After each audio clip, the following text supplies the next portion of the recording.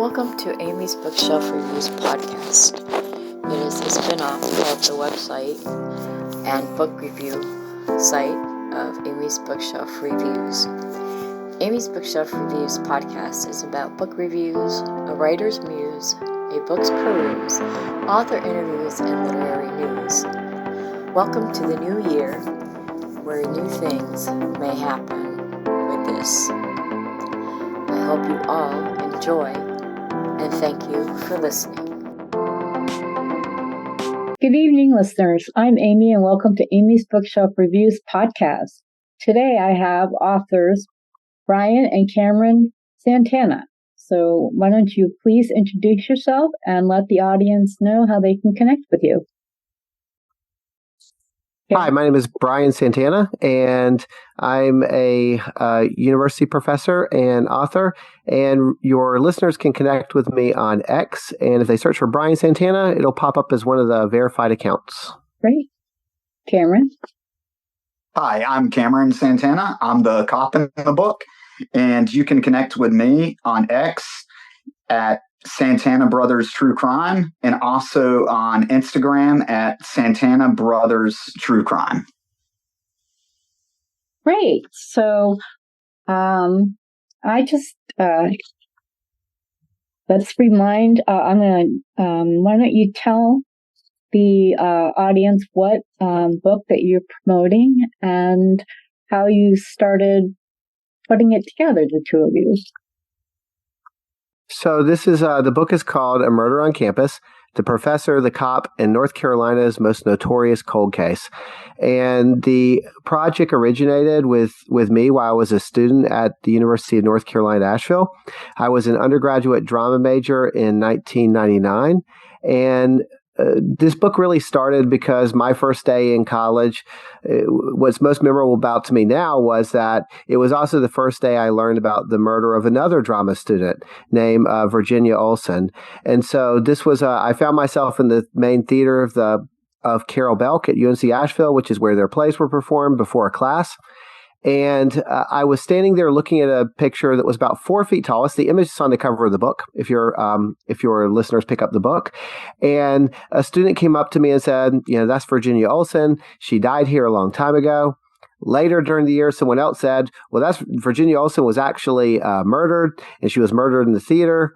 Someone later told me, no, that's not right. She was actually murdered and raped, and it was in the gardens adjacent to the theater. Really, there wasn't a really straight story. And so it was one of those that I became really interested in from kind of day one. And it's been a kind of big interest of mine to the present day, obviously. And Cameron came into this in the last few years when I was working on a true crime class. And I was asked exactly, what's a case that you really care about? And my students did. And I'd written about some other things. And this was a case that I'd always wanted to do something more with, but I'd never been able to fully pull the trigger and kind of commit to a project. And that's kind of where Cameron came into this. Yeah, so I was transitioning out of being a full-time law enforcement officer, and I was working part-time and also taking care of my special needs daughter. And I really was trying to find something in my life that gave me that fulfillment of being a real street cop. And Brian had been telling me about these cases that they were working on in class. And then finally, he gave me a phone call about the Virginia Olsen case and told me that a lot of things just had not been written on the case. And he gave me some background on it and asked me if I would help him write an article and maybe it would turn into a book. And so I really played it off and really didn't put too much into it. I just told him, sure, whatever. And 2 days later, he called me back and told me that we were under contract and we need to get to work on this book. So fast forward a couple years and here we are. Wow, that's pretty amazing. I'm sure I find it interesting how books can be written by more than one author. Mm-hmm. And one thing I did notice, and then I liked as I was reading the book, and then you would break down like, okay, this is my perspective, Brian would write his perspective as the professor, you would write your perspective as the cop. And I find that was really interesting. When you were collaborating on the other pieces of the book, how was that? Were you able to both communicate? Did you have certain tasks that you had to do? Like you were going to do this type of investigation while Brian did something else? Or how did that really work? I think early on, I think it worked in very similar ways, both with the writing and with the research. With research, it was much more, and when we were gathering information, I think it was much more kind of task-driven, where it might be, okay, so Cameron was the one who was able to get the search warrant, and he's focusing his energy on that. While he was working on the search warrant, I was simultaneously kind of working to get a hold of the medical examiner's report. So that's kind of during the research stage. So we would have those things. So we had these really daily phone calls. Our days would typically start first thing in the morning, and I would give him a very early when I got up before I was getting ready for school, and we would talk about like, okay, so like, what are you working on today? What am I working on? And then we would kind of do that. However, we were able to kind of get that done during the course of the day. We would touch base in the evenings again, and when we were researching, kind of discuss what we had found. We would exchange papers, what we had found, and talk about what we thought it all meant. And when we started drafting, after the research was largely done, or at least we're still working on it right now, really, as new developments come up, as the book has gotten some attention. But in terms of the actual book that you have, we would really start, particularly at least with the first half of the book, where there's a more unified voice. He would work on an area, or I would. We would exchange papers. I would send him, okay, so these are a few pages I wrote. He'd send me one I wrote. He would write notes on the things that I sent him. I would write some notes and ideas on stuff that he sent me, and we would just kind of go back and forth like that. And then, of course, when our editors at the publisher got involved, it was very similar. They would circulate notes to us, and we would kind of talk about what they meant and kind of do that and send it back to them, and kind of vice versa. Pretty interesting. No, really. Do you think I'm not sure about what your relationship, how close you were as brothers prior to collaborating on this book, but do you think it brought you closer? Maybe you understood each other more, or were you always close and you were just able to be in sync with what you guys were doing? I think we've always been close, but we're separated by he's in West Virginia and I'm in North Carolina, and we both have small children, and so life really gets busy a lot of times. But with this, it was constant texting and phone calls to the point of annoying our wives. Because, when you're working remotely like that, I would find something interesting, immediately send it to him, and vice versa. And so it was, and it still is. We still talk multiple times a day because, like Brian says, we're not stopping at this. We're continuing to dig as much as we can, and we're still advocating for this case to get attention and for people to come forward. So that, we've been close, but this has made us even closer. Yeah, I had a similar experience. I think one of the things that I came to appreciate in a different way, I knew Cameron was a police officer. I'd even done a ride-along with him once, a long time ago. And so, I had, some sense of, what he did for his work. But until we started working on this, and he was looking for... So, one of the things he does in the book is, that I thought was really smart, was that he would take... So some of the officers that are investigating the case, at least the first ones on the scene in this murder, are very inexperienced. So Cameron would dig into kind of some of his own experiences and thinking about that first murder scene that he ever attended as a young rookie police officer, what that felt like, what it looked like, and use that not necessarily as the perfect barometer, but as one way to offer the reader some insights into what types of thing might have been going through a young kind of inexperienced officer's mind. they arrived at a really gruesome scene, like the one we have in this book. And so, one of the things that was really kind of interesting to me was I heard a lot of stories about his experiences as a police officer that I had never heard before. I was just telling him just this again the other day. I feel like whenever we do some of the podcast and shows and I hear other stories, like I'm still learning a lot about this period of his life that was pretty big when he was active with the Raleigh Police Department. So there was that, and then the other thing was it made in some ways the communication very easy because we don't really have any kind of qualms about being very kind of open about how we're thinking about anything that we're that's going on with this case, and so we can talk very kind of openly in that way. Well, no, that's great. I mean, one of the questions that I was going to ask, but I think that you said you're digging, you're still digging deeper. Do you think that like true crime books, basically in general, if they're about unsolved case, could lead to the case being solved? I think that they can. I think that as technology evolves, especially when we're looking at DNA, if it's a somewhat modern case and the evidence is stored properly, then I think that one of the things that we talk about is, and Chief Anarina, who is one of the Asheville chiefs that's largely a part of this case, right. One of the things that he kind of comments on is that the public's involvement in the case is very important. And if the public gets behind it, then that's going to allow them to use more resources.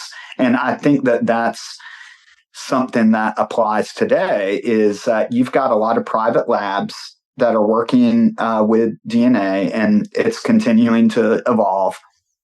And, that's not free. And I think that as technology evolves and they continue to improve, maybe that will bring in some hope to have additional tests that will resolve these cases. But the other thing about true crime books in general, I believe that's important, is just to make sure these victims aren't forgotten. This was a 19-year-old college student that had, a great life ahead of her. She was studying hard, and she was brutally raped and murdered. Yeah. And I think that if you ask people in North Carolina or even Asheville who Virginia Olsen is, they wouldn't be able to tell you. And I'm sure that applies to a lot of students, even at UNC Asheville. So one of our goals is to make sure that her name is not forgotten and that people, especially in North Carolina, will know her name. Yeah. No, Yeah. you understand. I've read, I've always been a fan of true crime. When it was mentioned about unsolved mysteries, I was like, oh, yes, that was me too. Yeah. And that's the thing. I think those shows like that, those like Unsolved Mysteries, those shows, even like a lot of people, those get wide exposure. And I think that one of the challenges with this case was just that it was it occurred the same week that Watergate hearings started, and so there's like that happening on a national scale. On a local scale, back home where Virginia Olsen was from in Northern Virginia, two kids that same week, from her high school were killed in a tragic car accident. So you have this curious set of circumstances where you have national coverage is being dominated by things like Watergate and kind of political scandal. And then you have back home where she was from, she had been away from that area for a year and a half. And so there's not a lot of significant coverage that's happening in her hometown. But in North Carolina, she's mostly associated with UNC Asheville. Her parents were living in Lexington, North Carolina, which is a few hours away. And she had not firmly established herself completely in North Carolina. And so a lot of her friend group was still based in Northern Virginia. And we're still in touch with a lot of those people to this day. And so we have this circumstance in which she's not really a longtime North Carolinian. Her parents moved there right after her high school graduation, but she's starting college that same 2.5 months later, right, after they move. And so she really just becomes affiliated with just the university. And so this case doesn't really get a lot of attention outside North Carolina. There's a significant amount of attention during the first 2 years, but after that, it really starts kind of falling away. And so, because of that, particularly when the university or the Asheville Police Department do not do significant work in publicly talking about the case, it really just makes it easy for it to slide away. But when you see the impact that this murder had, it's a kind of ripple effect. And having many interactions with people who knew and cared about her, and how this completely transformed the trajectory of their lives, I think makes you feel especially motivated to make sure that people just know that her life mattered, and that this thing did happen, and that it can become almost like a personal thing when you see people like deliberately kind of misconstruing something or trying to sweep it under the rug or making an effort not to talk about it, because you really do feel, like Cameron said, that you're kind of you take on the burden, because other people aren't as familiar with this case, of a kind of advocate's role of making sure that people are forced to say her name, and that we're forced to kind of talk about kind of what happened. Yeah, that was one of the things that I really appreciated. I don't know if appreciate is the word, but there are times when I've read true crime books, and it was less about the victim, but more about the crime and the person or persons who had committed the crime.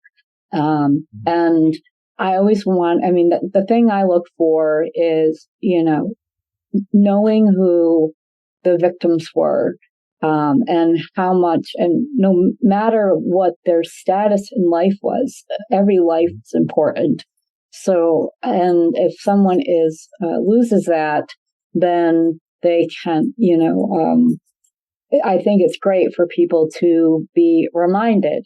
And I do know, recently, not too long ago, there was the Long Island killer was caught, and I remember watching the true crime show about it before they had resolved or solved that case. So, I just I always thought, am I morbid because I like the true crime, and I'm very interested in, about like profiling, and that kind of stuff just interests me. And when I had the chance to interview the two of you, I was like, this is just, what I wanted to do. You're my first true crime authors that I've been able to speak to. So I am really thankful that you are here. And I really enjoyed reading the book and getting the information. And I loved about the photographs in the back of the book, and also that they posted them on the Wild Blue Press website. Focus on her, and even I saw the quick book trailer that they did, talking about Virginia, and I think that it was. I think Virginia would be honored that she's being honored and not forgotten, because too many times they don't hear about something anymore, and they just move on to the next tragedy. So I want to thank you personally for bringing this, to public knowledge. I know you guys are doing different podcasts and just putting out the book, and yet you're still working on leads and information. And I hope that someday this case can be solved and Virginia can really have that peace. Well, I think that some of this is where you mentioned the kind of that kind of morbid feeling of reading true crime, or these questions you ask about your own kind of morbid interest. I hear that from my students all the time as well sometimes. And what I try to impress, and this is maybe for your listeners as well, I tend to think about true crime is a genre that is very life affirming in some ways versus being just something. A lot of the circumstances that are described are very kind of messy and ugly, but the very basis of true crime is that people who are standing outside of these investigations, if it's like an investigatory true crime like ours is, and by looking really closely and bringing new eyes and bringing new types of perspectives and information into it, that these cases that are cold, that seem insurmountable, that we can understand them better, tomorrow than we do today, and that eventually there's always that possibility that new answers or even resolution can be found. And so I think if you kind of imagine it in that way, then it's not really reveling in the status quo of something happened past tense, but something that's still evolving and finding new ways to understand and think about it, whether it's a victim or whether it's the actual kind of crime or investigation. But we're making some kind of progress by looking at it really carefully. And to me, that's very kind of life affirming. That's not something that it is kind of paralyzing and ugly and just bad things happen and there's not really much we can do about it except for record them. Right. But it's about kind of trying to give some meaning and sense to things that seem brutal and senseless. Yeah. No, I like that because, when I'm whether I'm watching a true crime show or listening to a true crime podcast or reading one of the true crime books, and I always it's like, I always look for, it feels like it's like pieces of this puzzle that are slowly coming together as, I love the investigative part of it, not necessarily, course, the crime, especially ones like this, that it's just, you can't even really imagine what the victim was going through prior to being killed. Those moments that she was, the last few moments of her life, but, you respect the victim. You investigate the crime and you use whatever tools you have available. Like you said, what we have today, we might have something better tomorrow. I like when I watch a regular, like a TV show or something, I like that aha moment where you find something that you didn't even realize that you were looking for, but it's like there, and it's like, how do you come across and realize, oh, this is something very important rather than something that, it's just a piece of trash that has nothing to do with a crime or something like that. But, where you can find something, even something simple, and it, is a big deal, a big clue in the investigative process. Mm-hmm. Yeah, and that's what I think is so interesting and intoxicating about this book that we have is it's not one of those books that you're going to read from start to finish and go, aha, I know who did it. Right. You're going to probably read it the first time and have an opinion. And I bet that if you looked back through that book and start going down rabbit holes, you're going to probably even start changing your opinion or your view on things.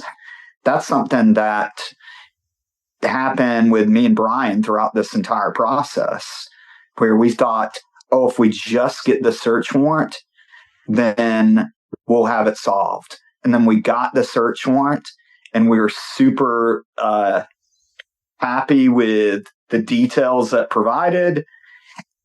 And then we started researching it some more and we're like, well, wait a minute, there's these other suspects too. And then Brian talked with an FBI profiler and she had a completely different opinion than us. And so I think that that's what's fun about true crime is not just reading it from start to finish, but like really having to think and like chew on those questions. Yeah, and I must admit that I've actually read it 3 times already. So And I went back through some of my notes and went back through it again to prepare for this one, to just kind of keep it, fresh in my mind. And I just really think that, and hope that this will lead to something more, more information. Was there ever a point when you were doing your research that you realized, oh, I have to,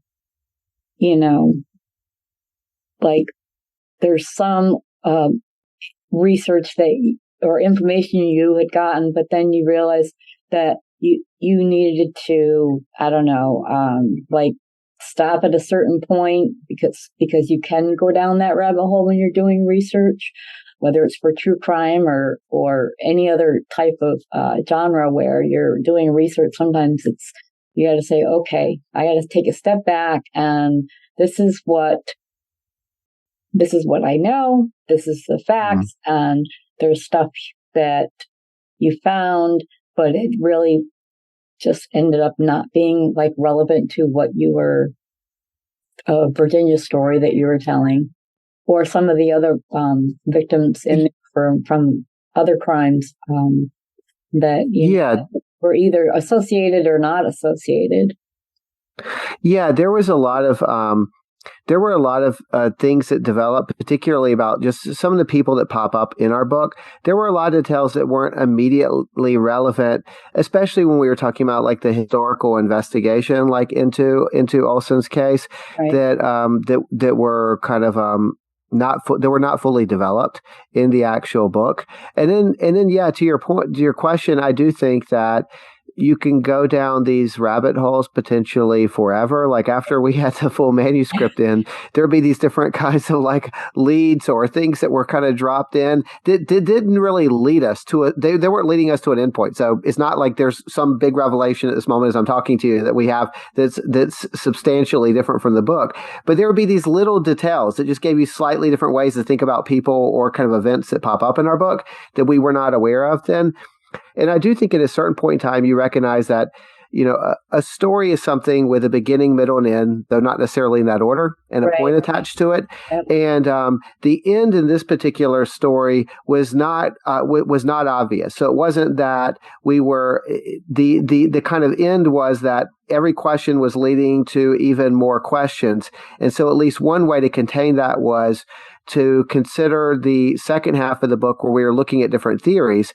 We looked at theories that were inspired by theories that the police actually looked at originally, and we kind of did our own kind of look at them, like the Sue Ellen Evans case we looked at. There was an effort in 1977 to explore possible connections that the FBI did between different unsolved murders. So we took some of those types of cases that were part of that, and we kind of look at those ourselves.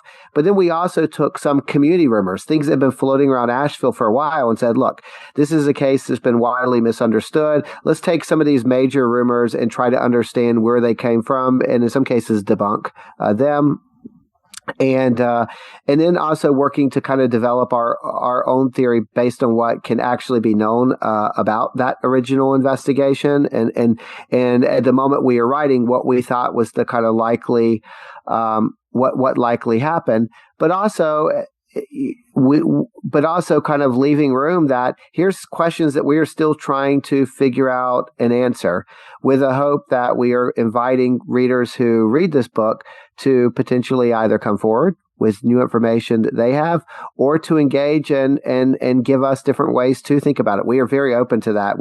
I just had a conversation with someone this morning that was kind of giving me new ways to think about some potentially kind of new information surrounding this case. And so yeah, it's an evolving kind of discussion, but unlike in a traditional, let's say, kind of history, if I'm working on for the 19th century, which is my background, I know what the endpoint is. I'm standing over 150 years removed from that. So there is that clear kind of endpoint that story is going to have. This one is evolving. And so just being okay with the fact that questions are going to lead to more questions, and we don't have to have that definite ending to it. And in fact, those questions are kind of what's going to make it interesting. Yeah, I understand that. So Cameron, do you think that because of your background as a police officer, that it helped you gain information that maybe Brian wouldn't have been able to get himself? It's actually a really funny question. So I really thought that the first thing that I'd be able to do is get in touch with someone at the Asheville Police Department that would give me kind of the behind the scenes look at the case, things that you normally wouldn't share with someone from the media. And I started to make phone calls. And the really interesting thing is that one of the guys I was talking with that lives close to there starts trying to sell me on doing these other two cases in his department. And I was telling him about all the problems we're having with Asheville and how I just couldn't get a connection. And, they're being really vague about things and treating me like a reporter. And he was like, I don't want to throw his name out there, but he was like, if you want to investigate these cases, you can see everything. We'll bring you into the evidence room. It's like, I'll set you up with interviews with everyone. I promise they'll cooperate with you because we really want these cases to get that type of attention. And so that was kind of the interesting part, is that especially will lead us to do things in the future. But, and the other thing about my background is I think that I just look at things through a different lens than Brian because of my experience. And so while Brian may be looking at the historical sense of what was going on in Asheville during that time, I get super focused on what the crime scene looked like that day and what the police officers should have been doing at that time and what their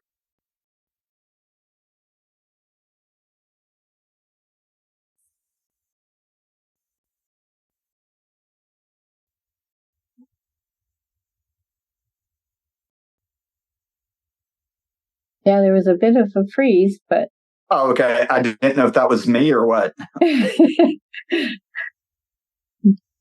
you want to finish what you were saying about the last sentence you were saying. Oh, I'm sorry. I guess I got cut off. So I think that what's really helps with my background and for us to have really polar opposite backgrounds with Brian's being in the academic world is that we just look at things completely differently.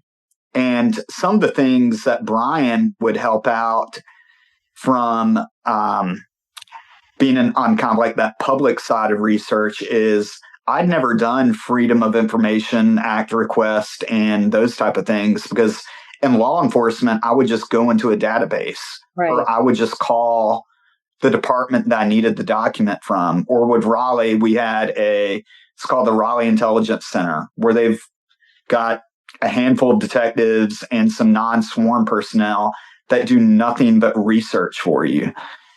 So, being not in a law enforcement role in this, that was a learning process for me of how are we going to get these documents right the same way that the public would.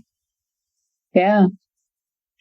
So I really want to thank you both for joining me on this podcast.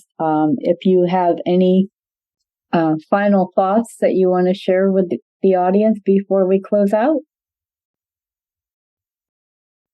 Sure. I hope you will enjoy I hope your readers enjoy the book. If they like true crime and they like stories with lots of twists and rabbit holes you can go down, we have an abundant number of rabbit holes that we have carefully laid out for you, and we invite you to step into them and kind of join us in this in a discussion of this case. And we hope if you read this book that you'll reach out to us. We are always interested in new perspectives and ideas, and we included a lot of the documents that we found in the book, at least some of the major ones that we include those specifically so you can kind of jump into this with us, and that by the time you finish reading this book, just know you know more about this book than almost everyone in North Carolina right now, and you also know more about this case than even many members of the current Nashville Police Department.